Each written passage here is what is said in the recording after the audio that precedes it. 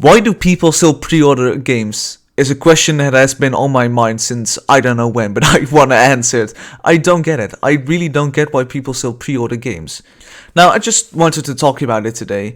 A funny thing, I have never pre-ordered a game, but I almost did. I almost pre-ordered, drumroll please, Star Wars Battlefront 2. Yeah, I'm very sorry. If there was any game you shouldn't have pre-ordered outside of Cyberpunk, it would have been Star Wars Battlefront on release. It's good now though, they fixed it.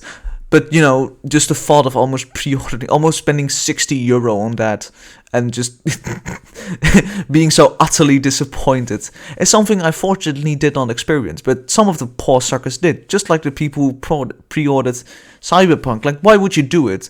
Like, even if all the marketing is whispering sweet nothings into your ear, that they made so much promises, but why would you even pre-order it? Why not just buy it like a week after? Like, usually the thing with pre-ordering is that you get like you get like a new skin or whatever, like such a useless cosmetic item that it's never worth pre-ordering. It's like, I don't get why people would still do it. They don't do it for the skin, I imagine. Like, that would be pretty stupid, because they usually have like a tiny bonus for pre-ordering something, but it's so minute compared to the cost of,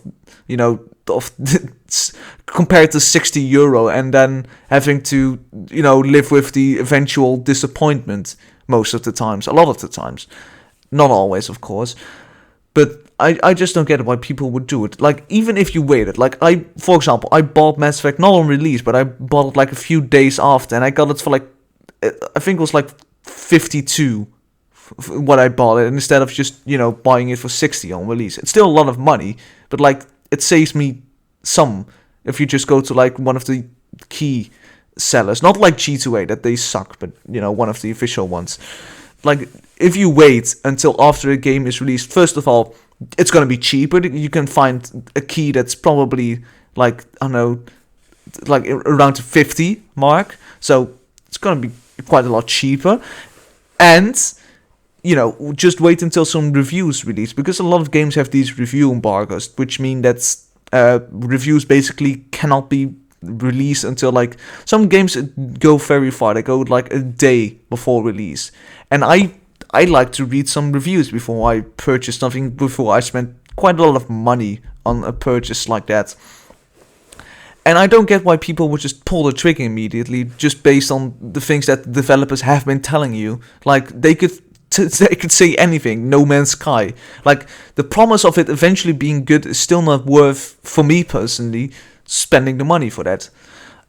So I don't get it. Like, just wait until some reviews came in, because if you pre-ordered something, you're pretty much stuck with it most of the times.